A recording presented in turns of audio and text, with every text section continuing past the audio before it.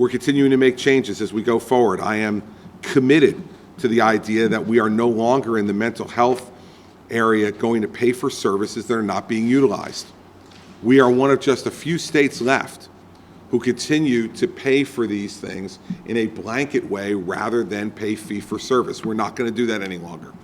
The extensions that we've given are over.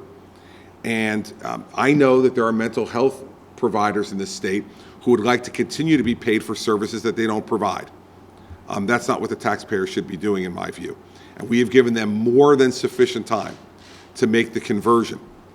And I have directed the Department of Human Services to ensure that no further extensions are given and that they have to make the conversion to a fee-for-service model from the model that is in existence now, as I said, which only a handful of states, less than 5 or 6, do this way any longer. Everyone else says you come in for a service, you provide it, you pay for it. Here, they get a blanket payment, and depending on how much service is provided or not, they get that money anyway. It's not the most efficient way to develop it, to provide, rather, for those type of services to folks, and we're not going to pay for that any longer. I did this by executive order, you'll recall, and I have vetoed the attempts to codify this. Very simple reason why. I do not trust the federal government, and I don't think anyone else should either. And this is regardless of party.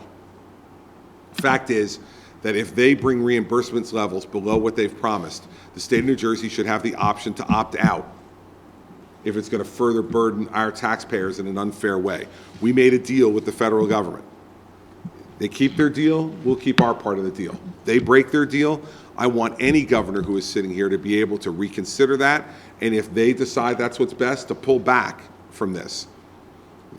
I am for Medicaid expansion, as I've proven over the last 2 years, but I am not for Medicaid expansion at any price. And the federal government has made a deal with us, we'll keep our deal with them. If they decide to change the deal, then every governor who sits in that chair should have the ability to reevaluate that plan based upon whatever rules the federal government's putting in place at that time. I want to thank a number of folks. The Commissioner and what they're doing over at Human Services has been extraordinary over the last couple of years, and former Commissioner Velez as well. Done a great job in terms of this expansion. We are committed to it. We will continue to be committed to it.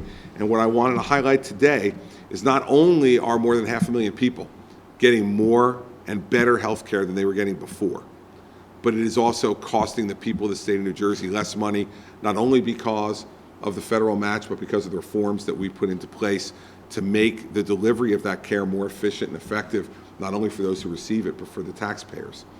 And so I want to thank Beth for her hard work.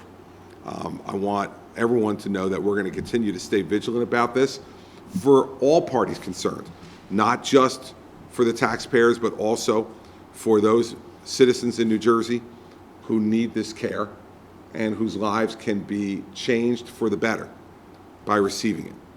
And so we'll continue to look at new ways as we go into the next budget cycle for the fiscal year 18 cycle to see how we can do that.